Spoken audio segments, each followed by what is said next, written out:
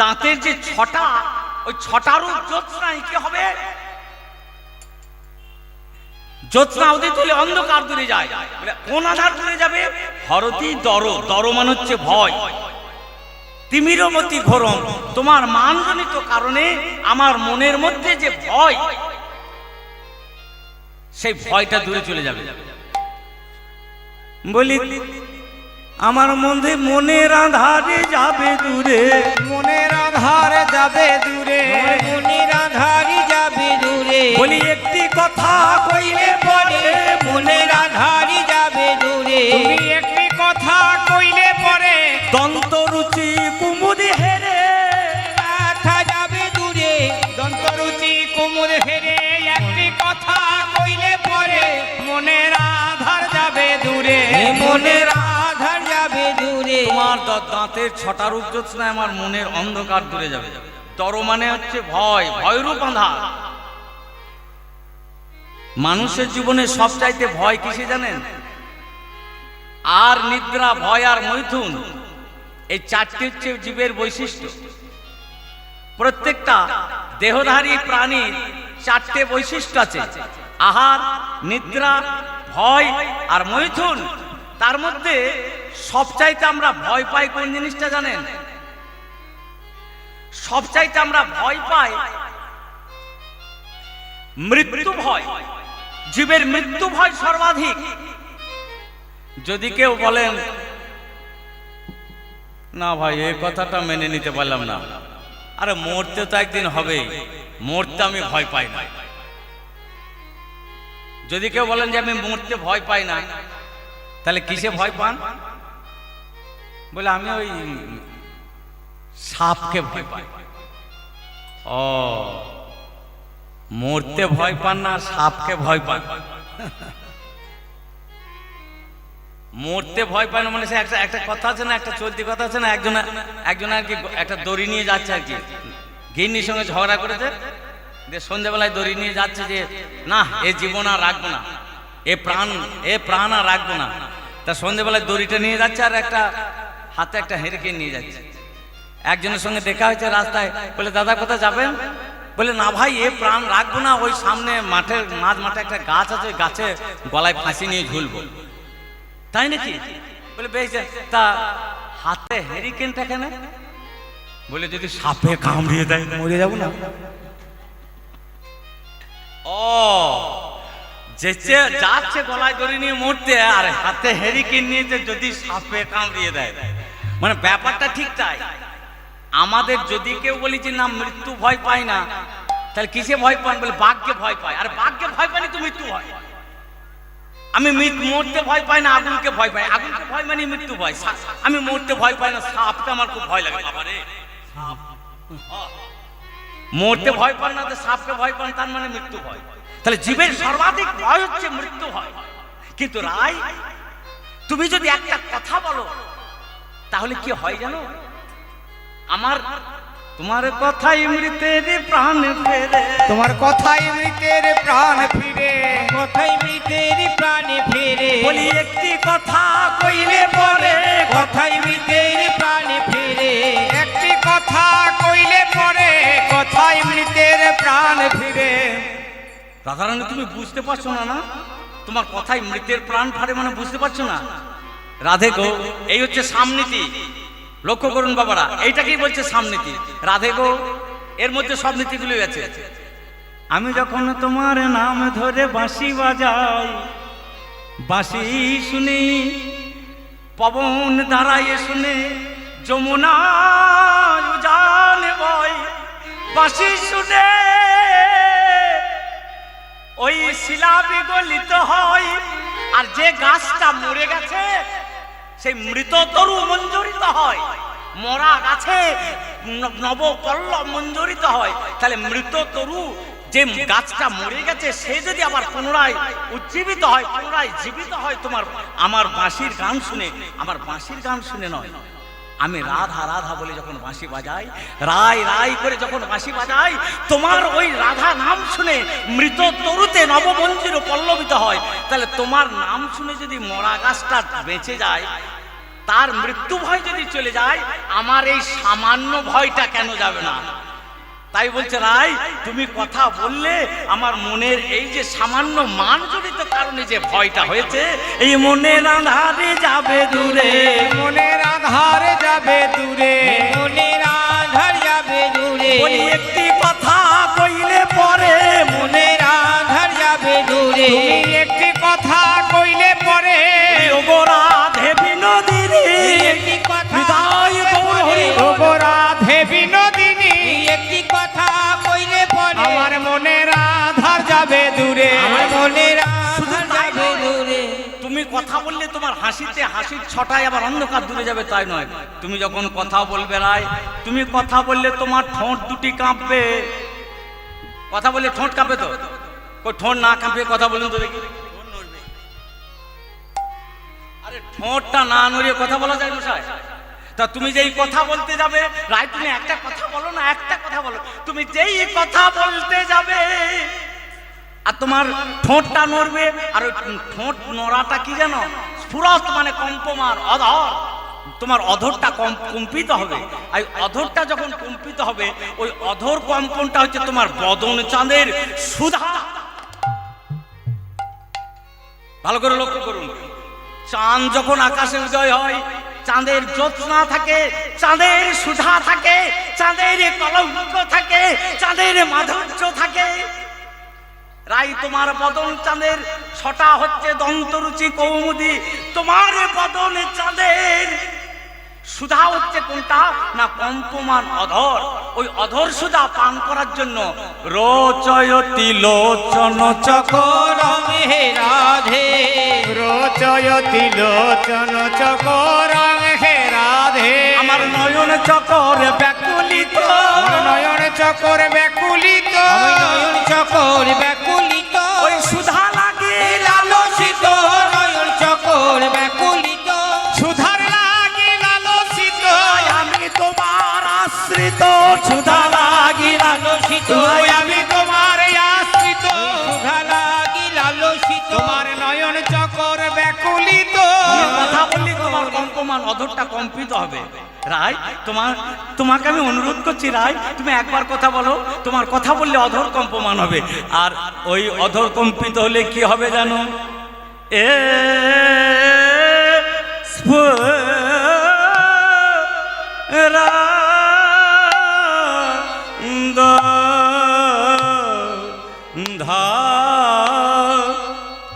রশি ধাবে রায় তো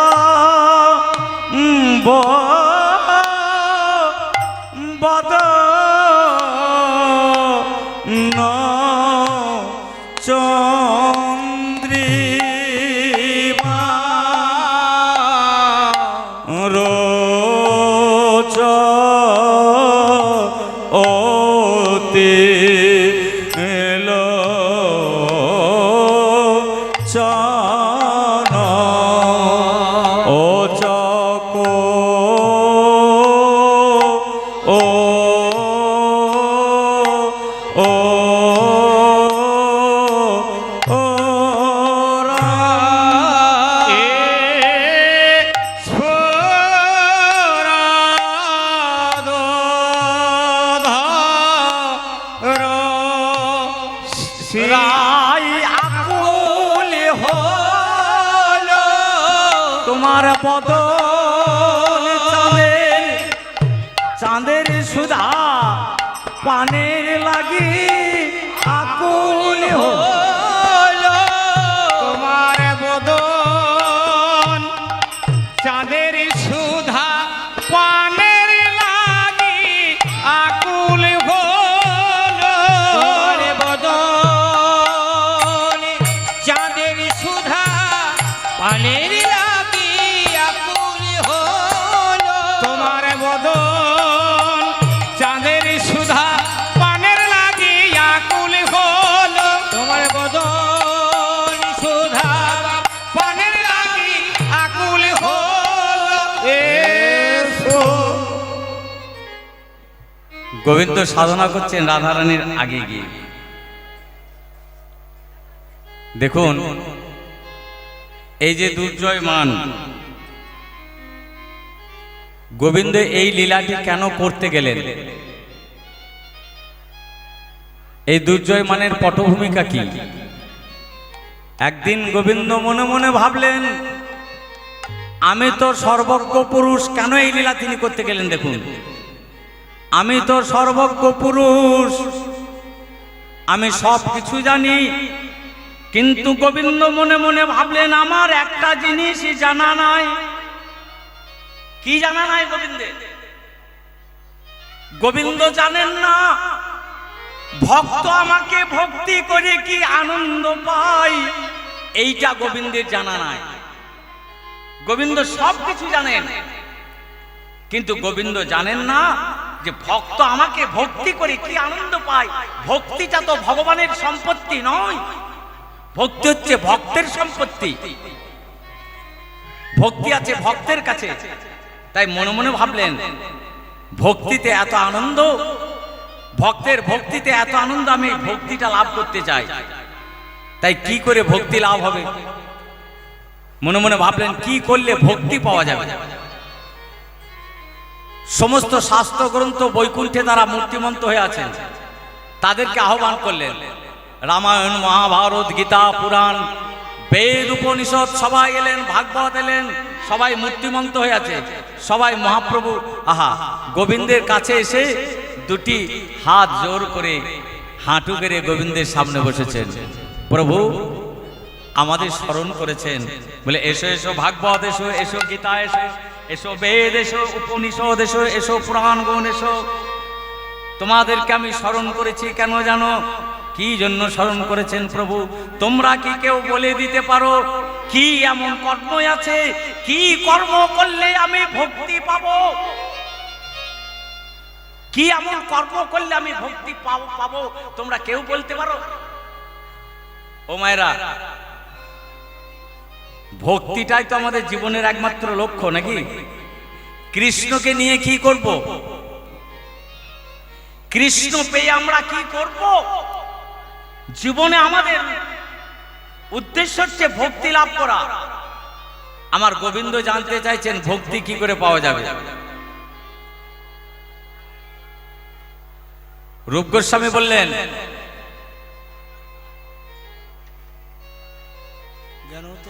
জ্ঞান তো সুলভা মুক্তি ভুক্তি যজ্ঞাদি পুণ্যত সেয়ং সাধন সহস্রই হরিভক্তি সুদুর্লভা। জ্ঞান তো সুলভা মুক্তি, বলে জ্ঞান আপনার মুক্তি হতে পারে।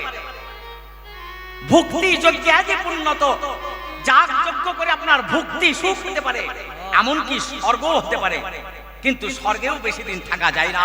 ক্ষীণ পুণ্যে মত্তলকং দুষন্তি এবং ত্রয়ী ধর্ম বনুপ্রপন্না গতাগতং কাম কামালভন্তে। যাগ যজ্ঞ করে স্বর্গ হতে পারে, জ্ঞানে মুক্তি হতে পারে। সেয়ং সাধন সহস্রই হরিভক্তি সুদুর্লভা। কিন্তু শত শত চেষ্টা করে, শত শত সাধনা করে, শত শত প্রয়াস করে, চেষ্টা করে হরিভক্তি অর্জন করা যায় না। হরিভক্তি হচ্ছে সুদুর্লভ, দুর্লভ নয়। হরিভক্তি সুদুর্লভ। হরিভক্তি কোনো চেষ্টা করে আপনি হরিভক্তি পেতে পারেন না, কোনো যাগযজ্ঞ করে আপনি হরিভক্তি পেতে পারেন না, কোনো সাধনা করে, কোনো তপস্যা করে আপনি হরিভক্তি পেতে পারেন না।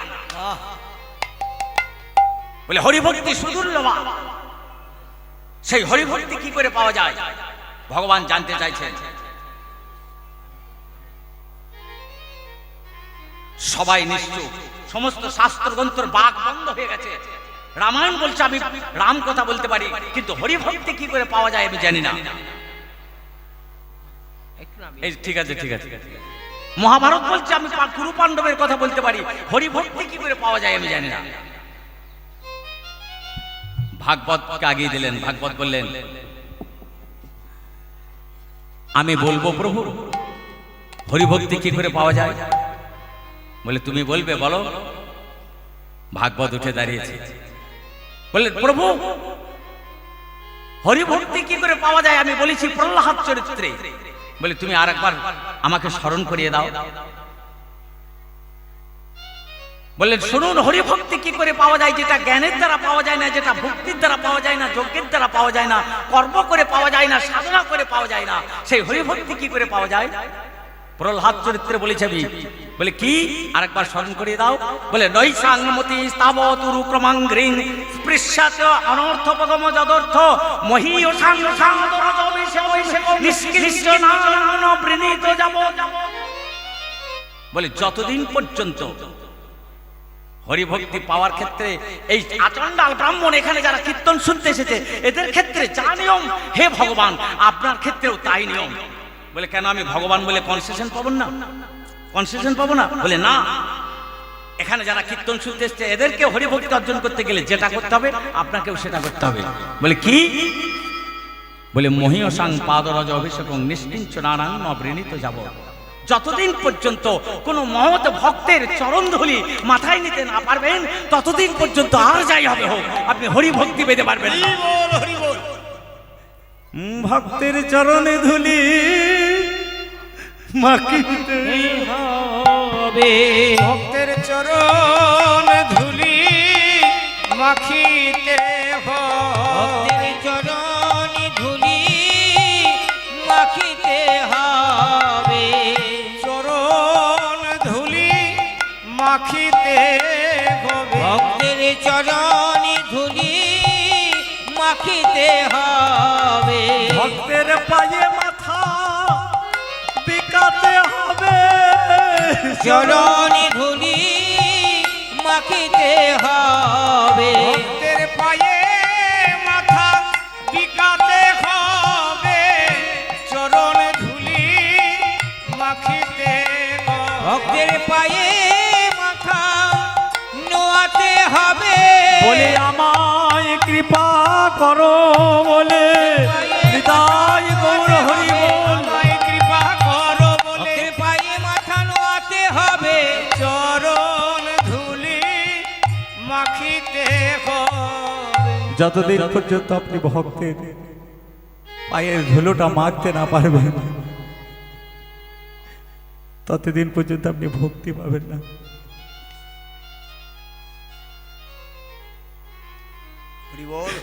ঠাকুর আমি তো আপনার থেকে সৃষ্টি হয়েছি,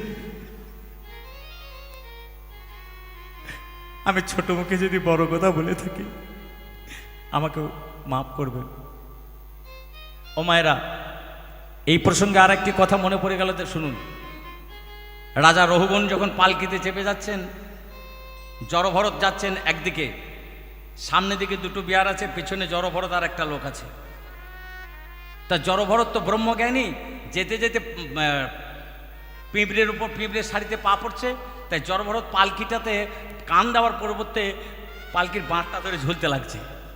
আর একটু যাচ্ছে তুলসীর বাগান, তুলসী পায়ে কাছে পা পড়বে, বাঁটটা ধরে ঝুলতে লাগছে। রাজা রঘুগণ জানলা থেকে জানলা খুলে দেখছে একটা মোটাসোটা লোক চাঞ্চল্য প্রকাশ করছে, তাই পালকিটা ঝাঁকুনি খাচ্ছে। রাজা রঘুগণ ব্যঙ্গ করছেন, কি হে? রাজা জড়ভরত মুনি মোটাসোটা ছিলেন, বলে কি হে ব্যঙ্গ করছেন? তোমাকে বেশ কৃষ দেখাচ্ছে।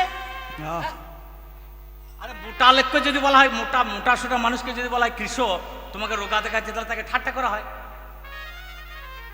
বলে তোমাকে কৃষ দেখাচ্ছে তাই তুমি পালকিটা বহন করতে অক্ষমতা প্রকাশ করছো। রাজা রঘুগণ বলছে, জড়ভরত জীবনে মুখ খোলেননি। খুব মন দিয়ে শুনুন, জড়ভরত জীবনে কথা বলেননি কাউকে।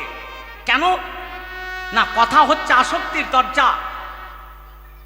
যেই রাজা রঘুগণের কথা বলেছেন, জড়ভরত বললেন আপনি মূর্খ। মূর্খ হয়ে পণ্ডিতের মতো কথা বলেন না।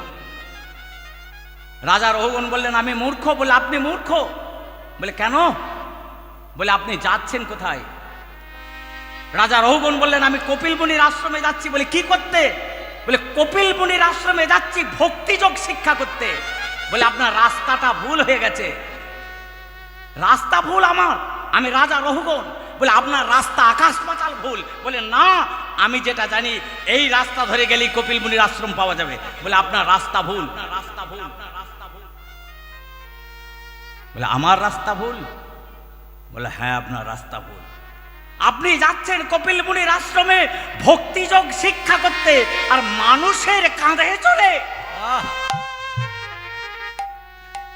ভক্তিযোগ শিক্ষা করতে গেলে যেতে হবে মানুষের পায়ের তলায় গড়িয়ে গড়িয়ে মানুষের পায়ের ধুলো মাখতে বল হরি বল।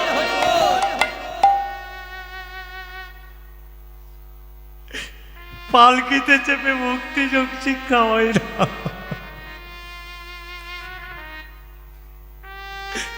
রাজা রঘুগণ বললেন, ওগো নৌকার পালকি থামাও।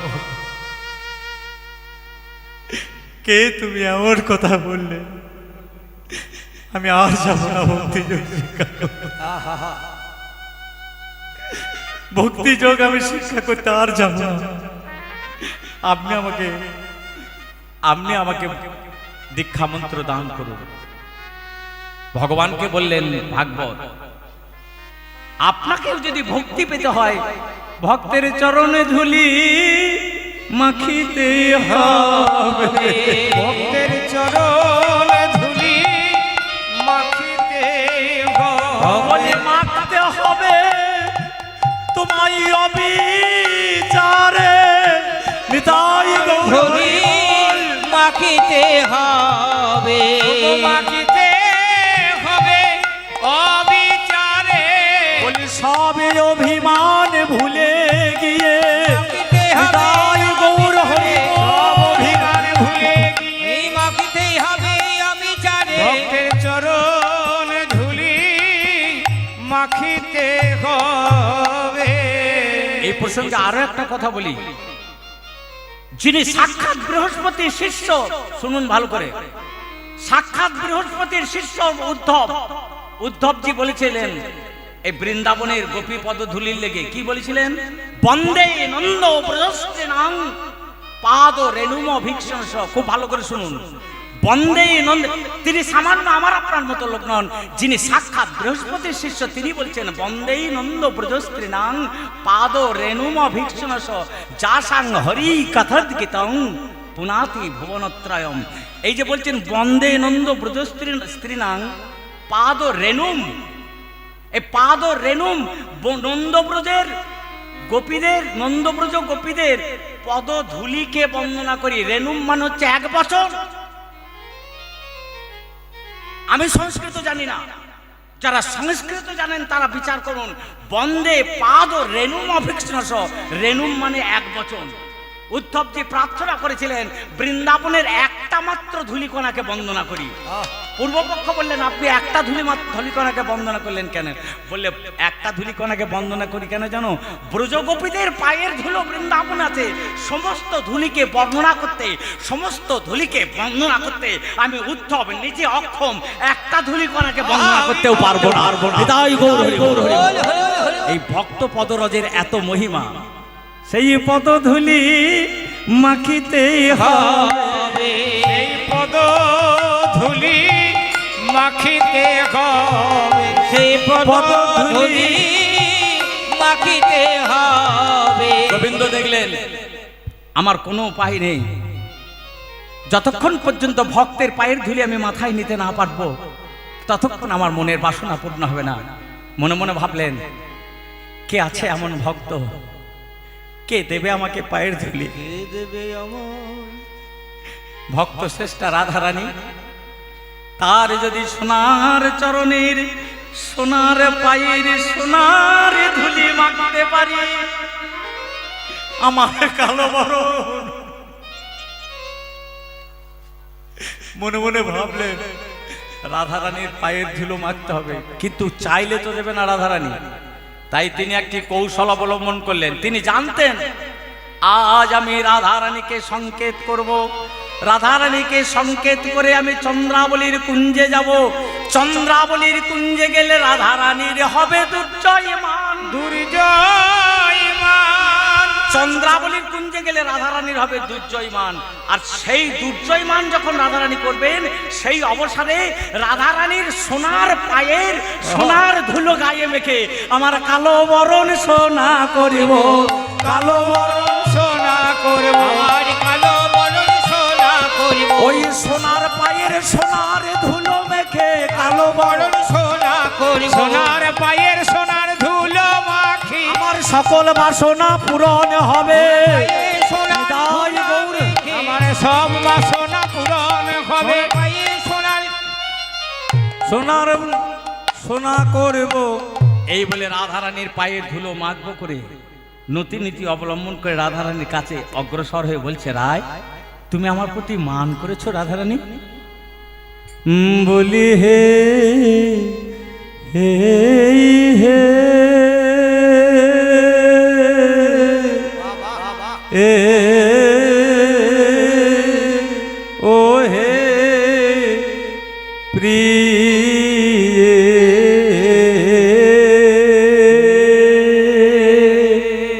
এ চা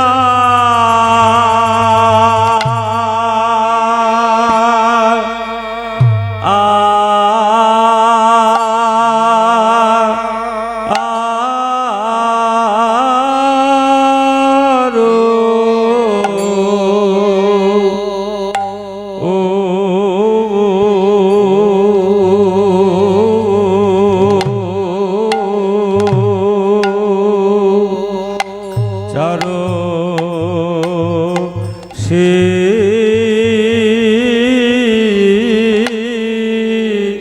ইলে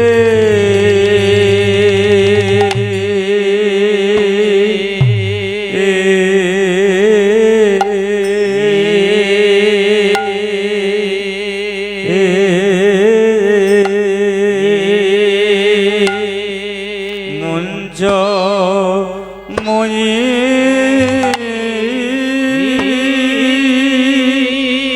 মা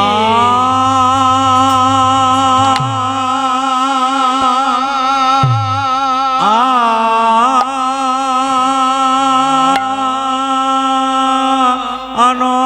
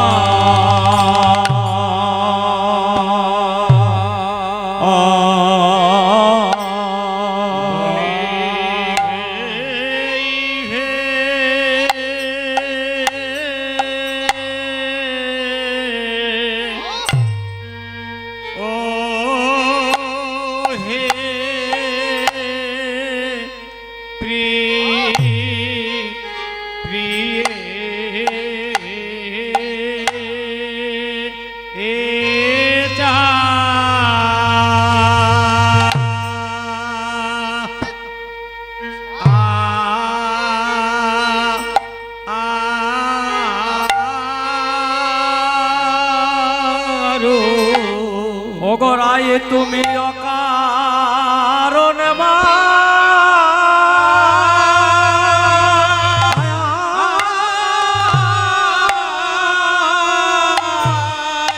অকারণ মা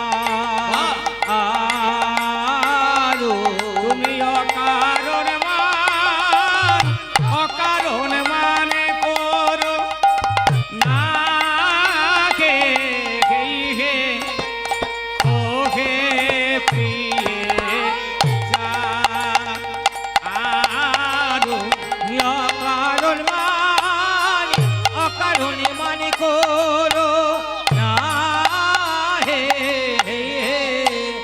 ও হে প্রিয় আরো অকারণ মানে করো না হে। ওহে তোমার দাসী সীতা করিবে এ কি হে অকারণ মানে করো না হে। ও হে দাস তো সীতা করিবে এ কি হে অকারণ মান করো না হে। তোমার দাসী তো সীতা করবে এ কি হে অকারণ মান করো না হে। হে দাস তো সীতা করিবে এ কি হে অকারণ মান করো না হে। তোমার দাস তো সীতা করিবে এ কি হে অকারণ মান করো না হে। ও হে দাস তো সীতা করবে এ কি হে অকারণ মান করো না হে। তোমার দাস তো সীতা করবে এ কি হে অকারণ মান করো না হে। ও হে দাস তো সীতা করবে এ কি হে অকারণ মান করো না হে। তোমার দাস তো সীতা করিবে এ কি হে অকারণ মান করো না হে। বলি হে হে ও হে প্রিয় রায় প্রিয় চারুশীল মঞ্চময়ী মানমণি দান প্রিয় চারুশীলে মঞ্চময়ী মানমণি দান। চারুশীল মঞ্চময়ী মানমণি দান প্রিয় চারুশীলে মঞ্চময়ী মানমণি দান। আচ্ছা একটা কথা বলি, এখানে তো অনেক শিক্ষিত মানুষ আছেন, আমার থেকে অনেক বেশি শিক্ষিত মানুষ আছেন। এই মানমণি দানম প্রিয় চারুশীলে খুব লক্ষ্য করুন। প্রিয় চারুশীলে মা মুঞ্চময়ী, মুঞ্চ মানে পরিহার করো, মই মানে আমাতে। মানমণি দানম এই কথাটার মানে কিন্তু মানমণি দান করো নয়। খুব ভালো করে শুনুন, এই কথাটার মানে মানমণি দানম মানে মানমণি দান করো নয়। তাহলে কথাটার মানে কি? আমি আপনাদেরকে জিজ্ঞাসা করছি, দেখুন কথা মানমণি দান করো, মানমণি দান করো অন্য প্রসঙ্গে অন্য জায়গায় আছে, কিন্তু এই কথাটার মানে মানমণি দান করো নয়। এটা মানে কি? মানম যুক্ত অনিদানম। নিদান মানে হচ্ছে ভিত্তি বা কারণ। মানম যুক্ত অনিদানম সন্ধি করলে কি হয় আপনারা বলুন? মানমণি দান।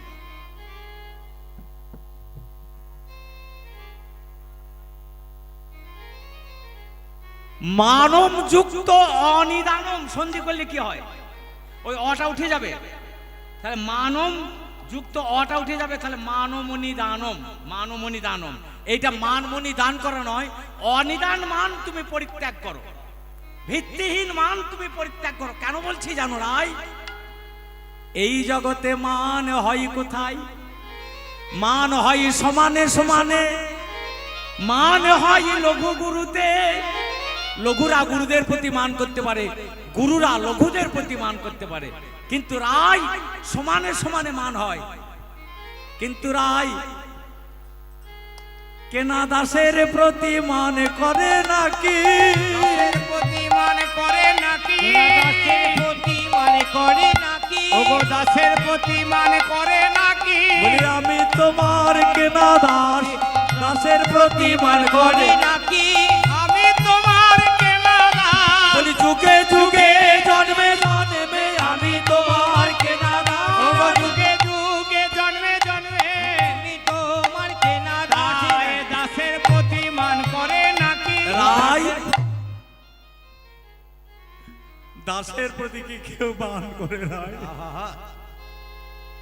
বলি আমি তোমার কেনা দাস রায়। আমি তোমার কেনা দাস রায়। আমি তোমার কেনা দাস রায়। বলি এ জগতে কেনা জানে আমি তোমার কেনা দাস রায়। এ জগতে কেনা জানে আমি তোমার কেনা দাস রায়। এ জগতে কেনা জানে আমি তোমার কেনা দাস রায়। রায়। আমি যে তোমার কেনা দাস রায়, যুগে যুগে জন্মে জন্মে আমি তোমার কেনা দাস।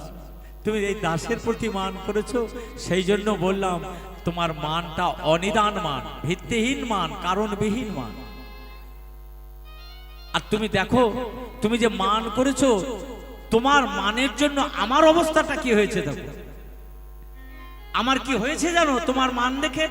সপদি মদনা নলদা হতি মম মানস। সপদি মদনা নলদা হতি মম মানস। সপদি মদনা নলদা হতি মম মানস। দেহি মুখ কমল মধুপানম হে রাধে। দেহি মুখ কমল মধুপানম হে রাধে। তোমার মান দেখে আমার কি হয়েছে জানো? সপদি মদনানল দহতি মম মানসম। এই বদসী পদ শুনতে গেলে আমি যখন এখানে গান করতে আসি, আমাকে একজন এখানকার একজন মানুষ, একজন ভক্ত, আমি জানি না তিনি এসেছেন কিনা, আমি তাকে চিনিও না, তিনি আমাকে ফোন করে বললেন, আজ দিন তিনেক আগে ফোন করেছিলেন, এই কাছাকাছি বাড়ি। তিনি বললেন যে আমি গান শুনতে যাব, বদসী পদটা একটু ভালো করে শুনব। বদসী পদ শুনতে গেলে কিন্তু খুব চিত্ত নিবিষ্ট হয়ে শুনতে হবে। বলে তোমার মান দেখে আমার কি হয়েছে? সপদি মদনানল দাহতি মম মানসম। আমি কামানলে হলাম দগ্ধ। কামানলে হলাম দগ্ধ। কামানলে হলাম দগ্ধ। হেসে একবার করো মুগ্ধ। কামানলে হলাম দগ্ধ। বলি হেসে একবার করো মুগ্ধ। কামানলে হলাম। ওই হেসে একবার করো মুগ্ধ। কামানলে হলাম দগ্ধ। আমার অন্তরে কামানলে আমার অন্তরটা দগ্ধ হচ্ছে, তুমি হেসে আমাকে একবার সপদি। দেখুন ও মায়েরা, জয়দেব গোস্বামী এই জায়গায় একটা ভুল লিখেছেন। বাবারাও শুনুন, জয়দেব গোস্বামী এই জায়গায় একটা ভুল লাইন লিখে ফেললেন। কি বললেন? আমার সপদি মদনানলে দহতি মম মানসম। আমার অন্তরটা মদনের আগুনে পুড়ে যাচ্ছে। দেহি মুখ কমল মধু পানম। আমার অন্তরে আগুন জ্বলছে, মদনের আগুন জ্বলছে। মুখ কমলের মধু দাও, দিয়ে আগুনটা নিভিয়ে দাও। ও মশাই, আগুনে মধু দিলে আগুন নিভিয়ে যায় কখনো শুনেছেন? হ্যাঁ, পাড়াতে কারোর বাড়িতে ধরুন আগুন লেগেছে, সবাই জল ঢালছেন, আমি গিয়ে যদি বলেন কি হলো, বলে জল ঢালেন না, জল ঢালেন না, তাহলে কি করবো? বলে একটু মধু ঢেলে দে। তাহলে তো তারা মধু আগুনে ঢালার বদলে আমার মাথাতে ঢালবে আগে। বলবে এই পাগলটার মাথাতে আগে মধু ঢাল, তারপরে অন্য কথা। বলে আরে মশাই, আগুনে মধু ঢাললে কখন আগুন নিভে যায়? হ্যাঁ, তা জয়দেব গোস্বামী তো তাই লিখলেন যে আমার অন্তরে আগুন জ্বলছে, মদনের আগুন জ্বলছে, তুমি তোমার মুখ কমলের মধু পান করিয়ে দিয়ে আমার আগুনটা নিভে দাও। দেহি মুখ কমল মধু পানম হে রাধে। দেহি মুখ কমল মধু পানম হে রাধে। বলে না, জয়দেব গোস্বামী ভুল লেখেননি, বুঝতে ভুল হচ্ছে আমাদের। আগুন জ্বলছে, মধু পান করি আগুন নিভিয়ে দাও, তা নয় মানেটা। বলে সপদি মদনানলো দহতি মম মানসম, আমার অন্তরটা আগুনে দগ্ধীভূত হয়ে গেছে। কারোর হাত যদি, ভালো করে শুনুন, কারোর হাত যদি আগুনে পুড়ে যায় দিয়ে যদি জ্বালা করে, হাত যদি আগুনে পুড়ে যায় দিয়ে যদি জ্বালা করে, একটা আয়ুর্বেদিক ওষুধ আছে, সেই ওষুধটার নাম হচ্ছে মধু। মধু লেপন করে দিলে, হাতে যদি আগুনে পুড়ে যায়, আগুনে পুড়ে জ্বালা করলে, মধু লেপন করলে সেই জ্বালাটা আর নির্বাপিত হয়। আমার ভেতরে আগুন জ্বলছে না, মদনানলে অন্তরটা দগ্ধ হয়ে গেছে। তুমি একবার মুচকি হেসে আমার পানে তাকাও, তোমার মুখ কমলের ওই হাসিটা মধু হয়ে আমার চোখ দিকে ভিতরে প্রবেশ করবে, আর অন্তরের আগুনের যে দগ্ধ সেটা নির্বাপিত হয়ে যাবে। বিদায় গৌর হরি বল হরি বল। বলে তুমি যদি একবার মুচকে হেসে আমার পানে তাকাও না, তাহলে ওই হাসিটাই হচ্ছে তোমার মুখ কমলের মধু, আর ওই মধুটা আমার অন্তরের ভিতরে ঢুকে আমার অন্তরের যে দগ্ধ মদনানলে যে অন্তরটা দগ্ধীভূত হয়েছে, সেই দগ্ধীভূতের জ্বালাটা নির্বাপিত হয়ে যাবে। আর সত্যি সত্যি তুমি যদি আমার উপর মান করে থাকো ওগো রাধে, সত্যমে বাসি যদি সুদতি মই কপিনে, সত্যমে বাসি যদি সুদতি মই কপিনে, সত্যমে বাসি যদি সুদতি মই কপিনে, দেহি খর নয়ন সরঘাত হে রাধে, দেহি খর নয়ন সরঘাত হে রাধে। তুমি যদি সত্য সত্যি আমার উপর অভিমান করে থাকো, তাহলে তুমি আমাকে শাস্তি দাও। কি শাস্তি দেবে? দেহি খর নয়ন সরঘাতং, বলি বিদ্ধ কর নয়ন বাণে, বিদ্ধ কর নয়ন বাণে, বিদ্ধ কর নয়ন বাণে, যদি অপরাধী ভাব মনে, বিদ্ধ কর নয়ন বাণে, যদি অপরাধী ভাব মনে, বিদ্ধ কর নয়ন বাণে, অপরাধী ভাব মনে, বলি ওগো রাধে সুনয়নে, অপরাধী বিদায় গৌর হরি বল। রাধে সুনয়নে, অপরাধী ভাব মনে, বিদ্ধ কর নয়ন বাণে, বিদ্ধ কর নয়ন বাণে। বলি তুমি আমাকে কটাক্ষ চাহনি বান দিয়ে আমায় বিদ্ধ করে শাস্তি দাও, বান মারো, তুমি আমাকে বান মারো। বান মানে তীর, তবে এ জগতে তীর মারা হয় না। যে নিয়মে তীর মারা হয় না, সেই নিয়মকে লঙ্ঘন করে তীর মারো। কি দেখবেন, অপরাধী যদি ধরা পড়ে যায়, কোন অপরাধীকে গাছের সঙ্গে বেঁধেছেন, ইলেকট্রিক পোলের সঙ্গে বেঁধেছেন, তাকে হাত দিয়ে মারছেন, লাঠি দিয়ে মারছে মানুষ, দেখেছেন কখনো? আপনারা দেখেছেন নাকি জানি না। অপরাধীকে বাঁধবার পর গাছের সঙ্গে বা ইলেকট্রিক পোলের সঙ্গে বাঁধবার পর তাকে তীর মারা হয়, মারা হয়? বাঁধবার পর মারা হয় না। আমরা ছোটবেলাতে যখন খেলা খেলতাম না, বন্ধু বান্ধবদেরকে বলতাম, আমাদের পাড়াকে যাস, আমাদের পাড়াকে যাস, তোকে বেঁধে মারা, বেঁধে মারা হয় না, বেঁধে অন্তত পক্ষে তীর মারা হয় না। তা তুমি আমাকে তীর মারো, কিন্তু আমাকে বেঁধে মারো। কিসে বাঁধবে? ঘাটায় ভুজা বন্ধন জানায় রাধা খণ্ডন, ঘটয় ভুজ বন্ধন জনয় রাধ খণ্ডন, ঘাটায় ভুজা বন্ধন জানায় রাধ খণ্ডন, যেন বা ভবতী সুখ জাত হে রাধে, যেন বা ভবতী সুখ জাত হে রাধে। আমায় ভুজলতাই বেঁধে মারো, ভুজলতাই বেঁধে মারো, ভুজলতাই বেঁধে মারো, ওগো রাধে মান ছাড়ো, ভুজলতাই বেঁধে মারো, বলি ওগো রাধে মান ছাড়ো, যাতে সুখ হয় তাই করো, ওগো রাধে মান ছাড়ো, যাতে সুখ হয় তাই করো, ওগো রাধে মান ছাড়ো, আর ভুজলতাই বেঁধে মারো, ভুজলতাই বেঁধে মারো। রাধারানী বলছেন, রাধারানীকে বলছেন গোবিন্দ, খুব মন দিয়ে শুনুন, রাধারানীকে বলছেন যে গোবিন্দ, যে তুমি আমাকে মারো কিন্তু ভুজলতাতে বেঁধে মারো, তোমার ভুজলতা দিয়ে আমাকে বাঁধো। ওমা, গোবিন্দ রাধারানীকে শুধু বলছেন না যে আমাকে বাঁধো, রাধারানীকে বলার ছলা করে আমাকে আপনাকে সবাইকে বলছে। ভক্তের প্রতিনিধি, আমাদের প্রতিনিধি, ভক্তের প্রতিনিধি রাধারানীকে বলার ছলা করে আমাকে আপনাকে সবাইকে বলছেন যে তোমরা আমাকে বাঁধো।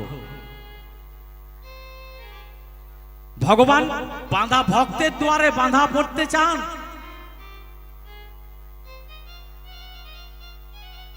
ভগবান ভক্তের দুয়ারে বাঁধা পড়তে চান।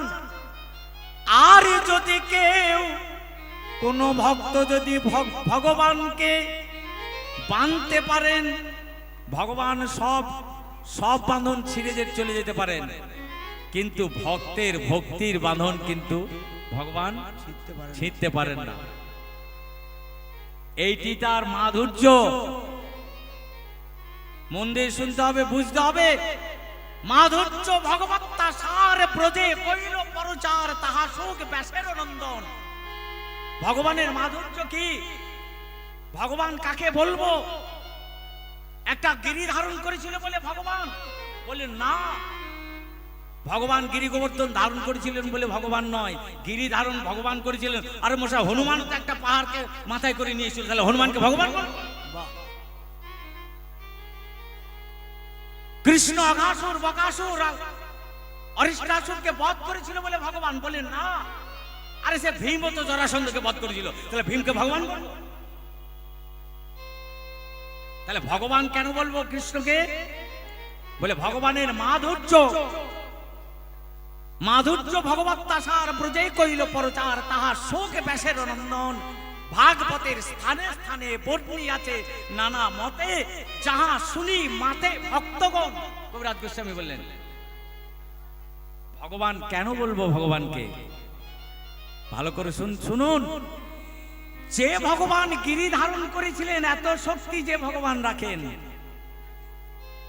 সেই ভগবান কে যখন মা তার মাথা বাঁধার চুল বাঁধার ফিতে দড়ি দিয়ে যখন মা যখন বাঁধলো, যে ভগবান গিরি ধারণ করেছিলেন সেই ভগবান গিরি ধারণ করার শক্তি রাখে, আর মায়ের ছোট্ট দড়ির বাঁধনটা ছিঁড়তে পারছেন না। এইটাই ভগবানের ঐশ্বর্য নয়, এইটাই মাধুর্য, এইটাই ভগবানের ভগবত্তা। নিতাই গৌর হরি বল। এইটাই ভগবানের ভগবত্তা। ভক্ত যদি প্রেমের বাঁধনে, ভক্ত যদি ভক্তির বাঁধনে ভগবানকে বাঁধতে পারেন, ভগবান সব পারেন। ভগবান পারেন না এমন কোন জিনিস নাই। ভগবান সব পারলেও এই প্রেমের বাঁধন, ভক্তির বাঁধন তিনি কাটতে পারেন না। আপনারা জানেন বিল্লমঙ্গল ঠাকুর, দেখুন বিল্লমঙ্গল ঠাকুর দুটি নয়নকে অন্ধ করে যমুনার তীরে বসে আছে।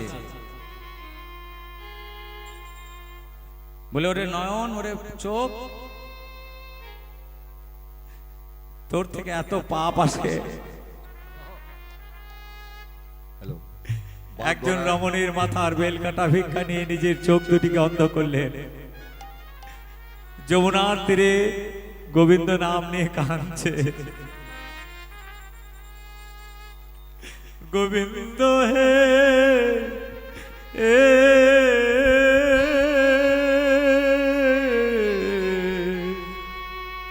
মাধব,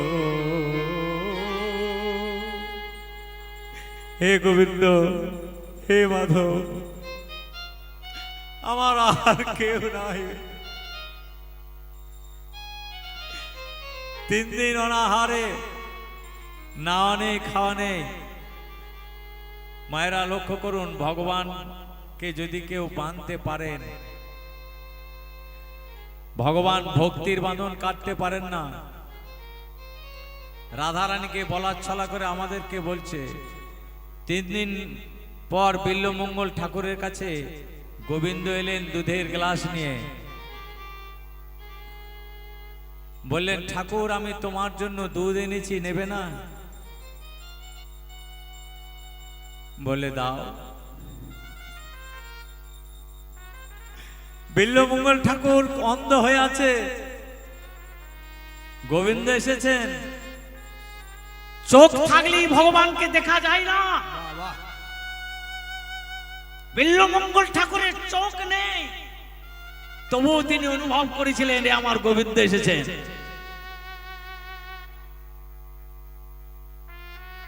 দুদিন আসবার পর যখন তার অনুভব হলে গোবিন্দই বটেন, কালকে আসুক আমি আমার গোবিন্দকে ধরব। 3 দিনের দিনে যখন দুধের গ্লাস নিয়ে গেলেন, বলে বিল্বমঙ্গল আমি এসেছি তোমার জন্য দুধের গ্লাস নিয়ে। বলে দাও দাও।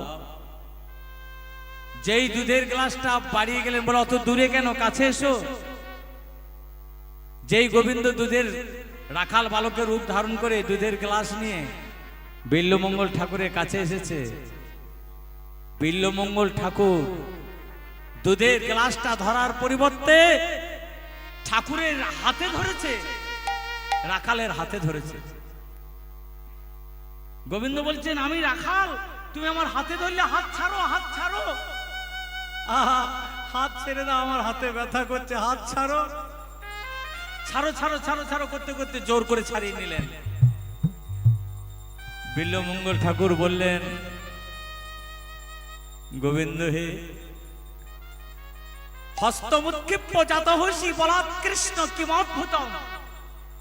বলে হস্তমুৎক্ষিপ্য, তুমি আমার, এটা ভক্তমালা আছে এই শ্লোকটা, হস্তমুৎক্ষিপ্য জাত হসি, তুমি আমার হাত থেকে তোমার হাতটা উৎক্ষেপণ করে নিলে, বলাৎ কৃষ্ণ মানে বল করে, জোর করে, কিমদ্ভুতম বলে তার আশ্চর্য কি,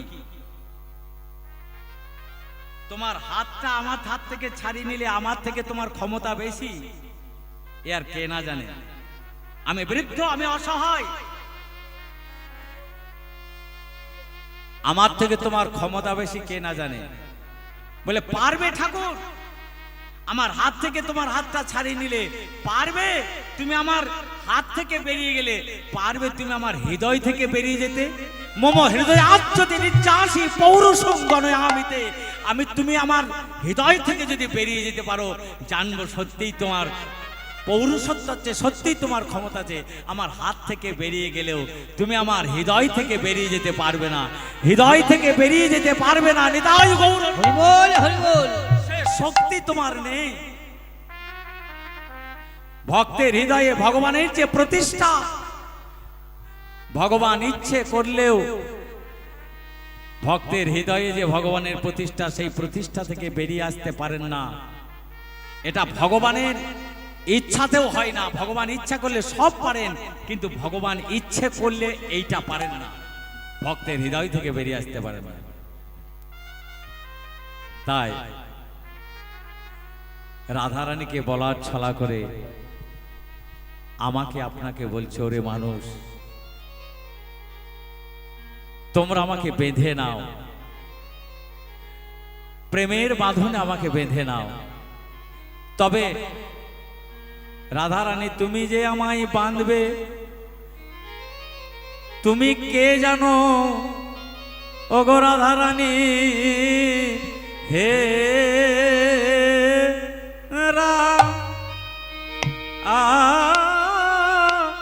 ধেতা মুসিম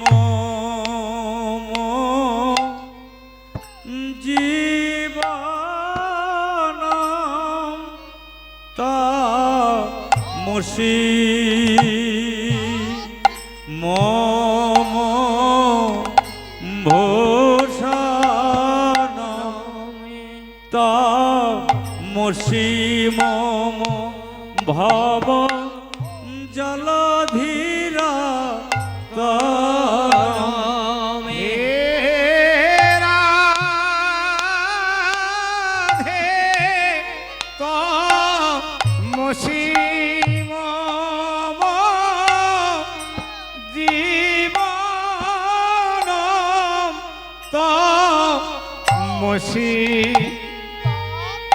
মম ভূষণম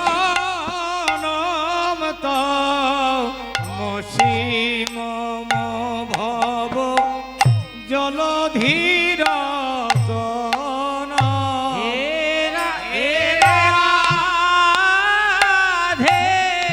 তুমি আমার জীবন রাধে তুমি আমার ভূষণ রাধে রাধে তুমি আমার জীবন রাধে তুমি আমার ভূষণ রাধে রাধে তুমি আমার জীবন রাধে তুমি আমার ভূষণ রাধে রাধে তুমি আমার জীবন রাধে তুমি আমার ভূষণ রাধে রাধে তুমি আমার জীবন রাধে তুমি আমার ভূষণ রাধে রাধে তুমি আমার জীবন রাধে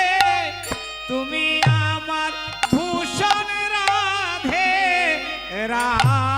তমসি রাধে মম জীবন তমসি মম ভূষণ তমসি মম জীবনম তমসি মম ভূষণম তমসি মম জীবনম তমসি মম ভূষণম তমসি মম ভব জলধিরতনম হে রাধে তমসি মম ভব জলধিরত নাম হে রাধে বলে তুমি আমার প্রাণ রূপিণী তুমি আমার প্রাণ রূপিণী তুমি আমার প্রাণ রূপিণী তুমি আমার প্রাণ রূপিণী তুমি আমার প্রাণ রূপিণী তুমি ভূষণ স্বরূপিণী তুমি আমার প্রাণ রূপিণী তুমি ভূষণ স্বরূপিণী তুমি আমার প্রাণ রূপিণী তুমি ভূষণ স্বরূপিণী বলি যোগ রাধে রাজনন্দিনী তুমি ভূষণ স্বরূপিণী রাধে রাজনন্দিনী তুমি ভূষণ স্বরূপিণী তুমি আমার প্রাণ রূপিণী তুমি আমার প্রাণ রূপিণী তমসি মম জীবনমে তমসি মম ভূষণম তমসি মম জীবনম তমসি মম ভূষণম তমসি মম ভব জলধিরতনম হে রাধে তমসি মম ভব জলধিরত নাম হে রাধে বলি তুমি আমার প্রাণ রূপিণী তুমি আমার প্রাণ রূপিণী তুমি ভূষণ স্বরূপিণী তুমি আমার প্রাণ রূপিণী তুমি ভূষণ স্বরূপিণী শুনো রাধে রাজনন্দিনী তুমি ভূষণ স্বরূপিণী ওহে শুনো রাধে রাজনন্দিনী তুমি ভূষণ স্বরূপিণী শুনো রাধে রাজনন্দিনী তুমি ভূষণ স্বরূপিণী তুমি আমার প্রাণ রূপিণী তুমি আমার প্রাণ রূপিণী দেখুন গোবিন্দ বলছেন হ্যাঁ প্রসাদ পেতে হবে জানি প্রসাদ আস্তে আস্তে যারা যাচ্ছেন যান এখন আর কেউ যাবেন না ওরা সব ঘুরে আসুন তারপরে যাবেন হ্যাঁ সবাই মিলে চলে গেলে তো আমি কি করব হ্যাঁ হ্যাঁ সবাই যদি একসঙ্গে প্রসাদ পেতে যান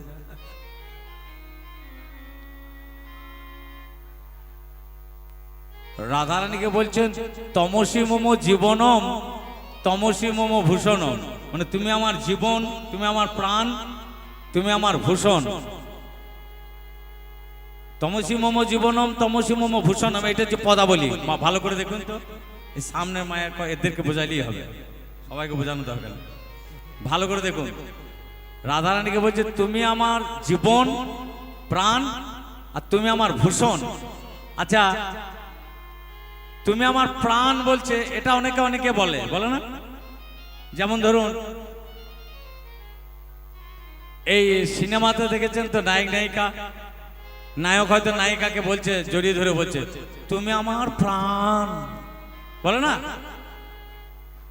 তাহলে তুমি আমার প্রাণ বলছে রাধারানীকে গোবিন্দ বলছেন তুমি আমার প্রাণ অসুবিধা নাই আপনারাও বলেন নাতিকে জড়িয়ে ধরে বলেন এই নাতিটা আমার প্রাণ বলেন না কিন্তু গোবিন্দ রাধারানীকে বলছে তুমি প্রাণ বটো আবার তুমি আমার প্রাণ তুমি আমার ভূষণ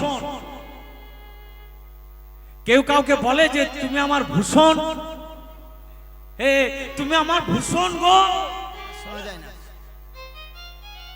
তাহলে গোবিন্দ কেন বলছেন?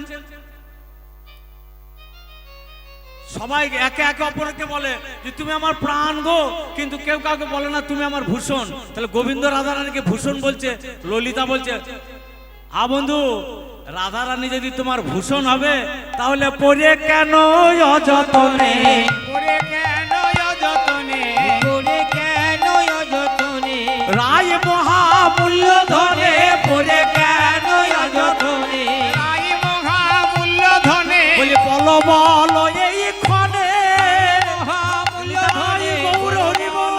এইখানে রাই মহামূল্য ধনে, ওরে কেন অযতনে। বলে রাধারানী যদি তোমার ভূষণ হবে তবে ধুলায় পরে গড়াগড়ি যাচ্ছে কেন?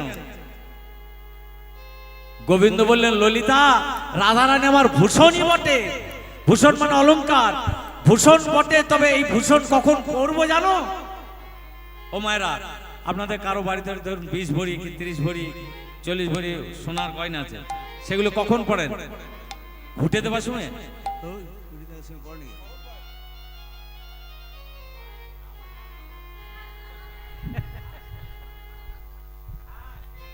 ঠিক বলেছো, তাহলে আর নাম থাম। তাহলে আর নাম নামার দরকার নেই, আলো নেমে গিয়ে শুনাইতাম। দেখুন অলংকার পরে ওই মা বলেছে যখন কোনো উৎসব অনুষ্ঠানে, কোনো বিয়ে বাড়ি যান, অন্নপ্রাশন খেতে যান, কি কোনো ভোজ বাড়ি চলেন, বাইরে দুর্গাপুজো দেখতে চলেন, তখন অলংকার পরে যান। তা গোবিন্দ বলছে রাধারানী আমার ভূষণ, তবে এই ভূষণ কখন পরবো জানো? আমি তো এখন ব্রজ ব্রজেই আছি, আমি যেদিন ব্রজ ছেড়ে যাব, যেদিন ব্রজ বিদায় গৌর হরি বল। আমি যেদিন ব্রজ ছেড়ে যাব, যেদিন ব্রজ ছেড়ে যাব, দিন ব্রজ ছেড়ে ললিতা যাব। সেদিন রায় অঙ্গ ভূষণ করিব, আমি যেদিন ব্রজ ছেড়ে যাব, সেদিন রায়ঙ্গ ভূষণ করব, যেদিন ব্রজ ছেড়ে সেদিন রায় অঙ্গ ভূষণ করিব, যেদিন জীবের দ্বারে দ্বারে বেড়াইব, রায় অঙ্গ ভূষণ করিব, দারে দারে বেড়াইব, রায়ঙ্গ ভূষণ করিব, যেদিন ব্রজ ছেড়ে যাব।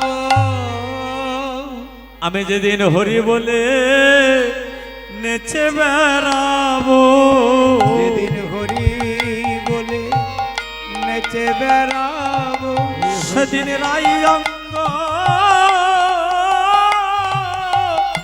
ভূষণ করিব, হরি বলে কেঁদে বেড়াবো, সেদিন রায়ঙ্গ ভূষণ করিব, জীবের দ্বারে দ্বারে গিয়ে রায়ঙ্গ জয় গৌর হরি বল। দারে দারে গিয়ে রায়ঙ্গ ভূষণ করিব, যেদিন হরি বলে নেচে বেড়াবো। সবচাইতে আশ্চর্যের খবর কি জানেন? জয়দেব গোস্বামী যখন এই কথাটা লিখছেন তমসী মম ভূষণম, তখন কিন্তু মহাপ্রভু নবদ্বীপে আসেননি। মহাপ্রভুর আবির্ভাবের অনেক আগে জয়দেব গোস্বামী গীত গোবিন্দে লিখছেন তমসী মম ভূষণম। জয়দেব গোস্বামী তার আর্য দৃষ্টিতে, জয়দেব গোস্বামী তার প্রজ্ঞা দৃষ্টিতে অনুভব করেছেন যে রাধা কৃষ্ণ মিলিত তনু গৌর হয়ে নবদ্বীপে অবতীর্ণ হননি, অবতীর্ণ হবে। আমার গোবিন্দ রায় অঙ্গ ভূষণ করে কলিতে অবতীর্ণ হবেন, এটা জয়দেব গোস্বামী মহাপ্রভুর আগেই তার প্রজ্ঞা দৃষ্টিতে অনুভব করেছেন। তাই তিনি লিখলেন তমসী মম ভূষণ। গোবিন্দ একটা পা রাধারানীর দিকে আগিয়ে দিলেন, বলে রায় তোমার নীল নলি নলিনা ভৌমপি তন্নি তব লোচন। রাধে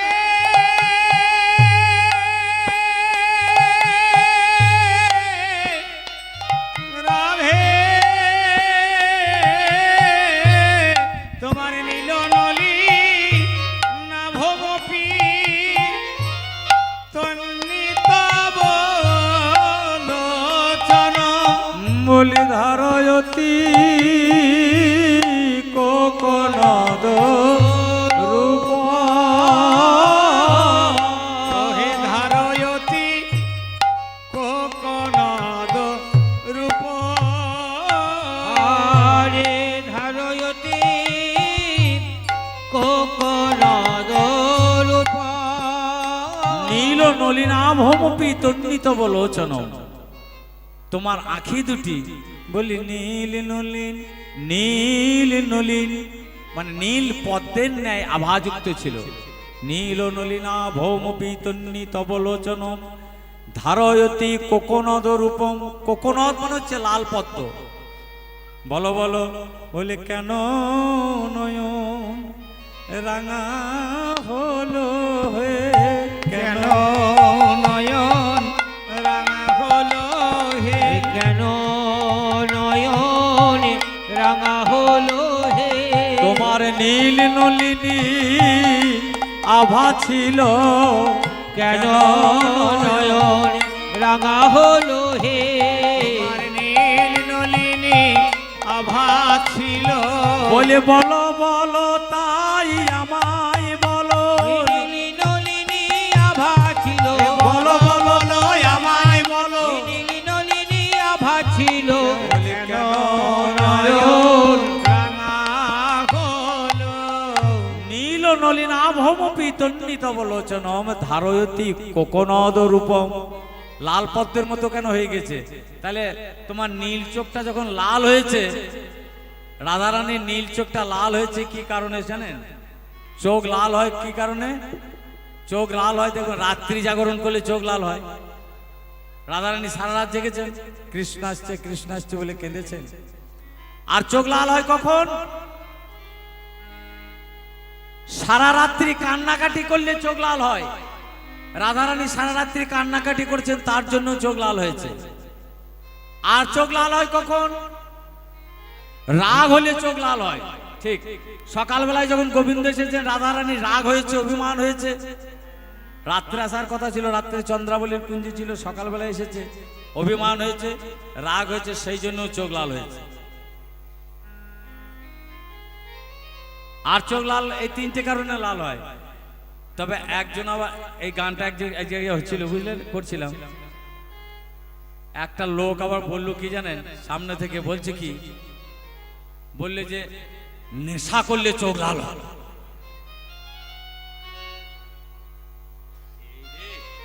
এটা তো আর বলা যাবে না যে রাধারানী নেশা করেছিল, এটা বলা যাবে? রাধারানী রাত জেগেছিল বলা যাবে, রাধারানী কান্নাকাটি করেছে বলা যাবে, সকালবেলায় গোবিন্দ এসেছেন, রাগ হয়েছে, অভিমান হয়েছে বলা যাবে। রাধারানীতে নেশা করেছিল এটা বলা যাবে না। তবে একটা কথা বলি কি, এই জগতে যে নেশাগুলো আছে না, যতবার নেশা করবেন খানিক বাদে আবার খেতে মন হবে, যত খাবেন খান, আবার খেতে মনে হবে নাকি? খানিক পরে নেশাটা ছুটে যাবে। আপনি যদি মদ খান, বিড়ি খান, গাঁজা খান, যাই খাবেন খান, একটু খাবেন তখন বেশ ভালো লাগবে, খানিক পর নেশা ছুটে যাবে, আবার খাই, খানিক পরে নেশা ছুট হয়ে যায়। এই জগতে নেশা বেশিক্ষণ থাকে না। তবে রাধারানীও একটা নেশা করেছেন। রাধারানী যে নেশাটা করেছেন, সেই নেশাটা যদি কেউ জগতে একবার করতে পারে, শুধু এ জন্ম নয়, যুগ যুগান্তর তার নেশাটা আর ছুট হয় না। এ হচ্ছে কৃষ্ণ প্রেমের নেশা। এই কৃষ্ণ প্রেমের নেশা যদি একবার কারো অন্তরে জাগরিত হয়, শুধু এ জন্ম নয়,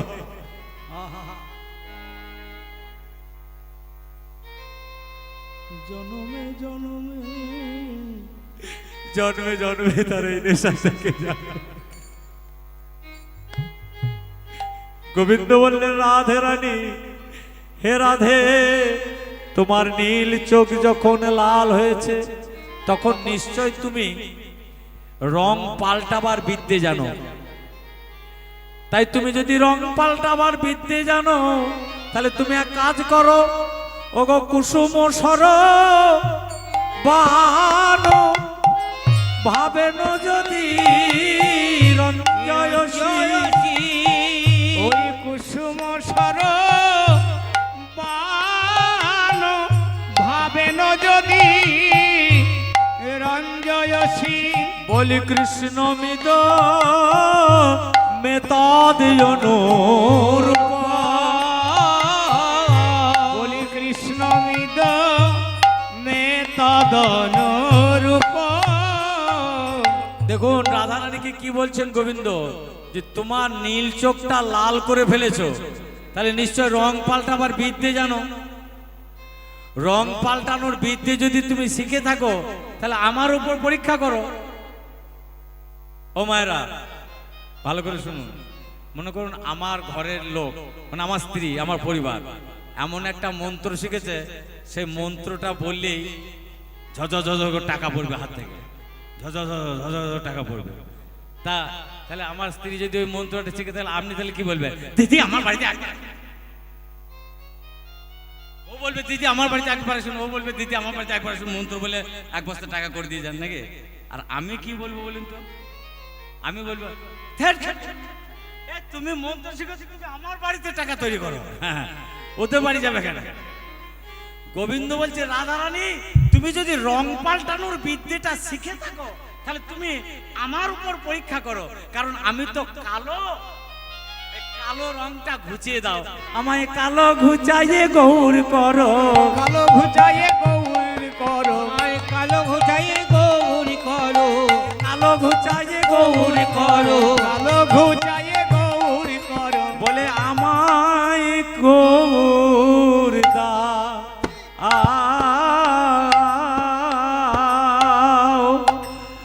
দাও হে দাও হে করে ও গো রাধে, বলি আমায় গৌর দাও হে, ও দাও হে, দাও হে করে তোমার অনুরঞ্জনী বিদ্যা জোরে আমায় গৌর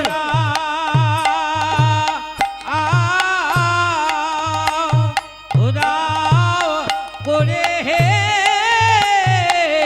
অনুরঞ্জনে বিদ্যার জোরে, তুমি আমায় গৌর দাও হে, দাও হে করে অনুরঞ্জনে বিদ্যার জোরে, আমায় গৌর দাও,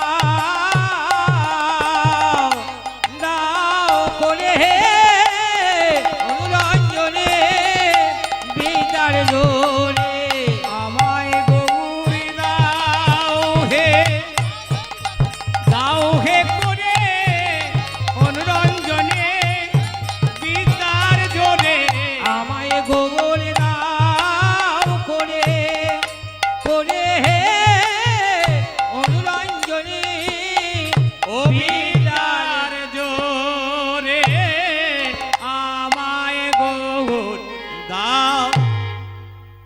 তাই তুমি আমি তো কালো, সব রং উঠে যায় কিন্তু কালো রংটা উঠে না। নন্দকিশোর বাবু নাকি বলতেন, এই জায়গাতে আমি শুনেছি, আমি নন্দকিশোর বাবু গান শুনিনি, তবে নন্দকিশোর বাবু নাকি এই জায়গায় বলতেন, আমি ভক্ত মুখে শুনেছি, তিনি এই জায়গাটাতে বলতেন রাই সব রং উঠে যায় কিন্তু কালো রংটা পড়লে আর উঠবে না। তাই আমার কালো রংটা ঘুচিয়ে তুমি যখন নীলকে লাল করতে পারো, এই রকম বিদ্যে যখন শিখেছো, তখন আমার কালো রংটা ঘুচিয়ে গৌরবর্ণ করে দাও। এ কথাটা দুটো মানে, সব রং উঠে যায় কিন্তু কালো রং ওঠে না, একটা মানে আপনারা বুঝতে পারছেন। আর একটা মানে কি, কালো মানে কলঙ্ক, কলঙ্কের কালি যদি পড়ে যায় সে কালো কলঙ্কের কালি ওঠে না। আর একটা কালো মানে কি, মানে সব রং উঠে যায় কিন্তু কৃষ্ণ কালো যদি কারো হৃদয়ে ঢুকে যায় সেটা আর বেরোতে চায় না। নিতাই গৌর হরিবল, সেটা আর বেরোয় না। তাই বলছে সব রং চলে যায়, কালো রং চলে যায় না। তাই তুমি আমার কালো রংটা ঘুচিয়ে কি রং করে দেবে? নীল করে দেবে, সবুজ করে দেবে, লাল করে দেবে। কালোটাকে লাল করে দিলে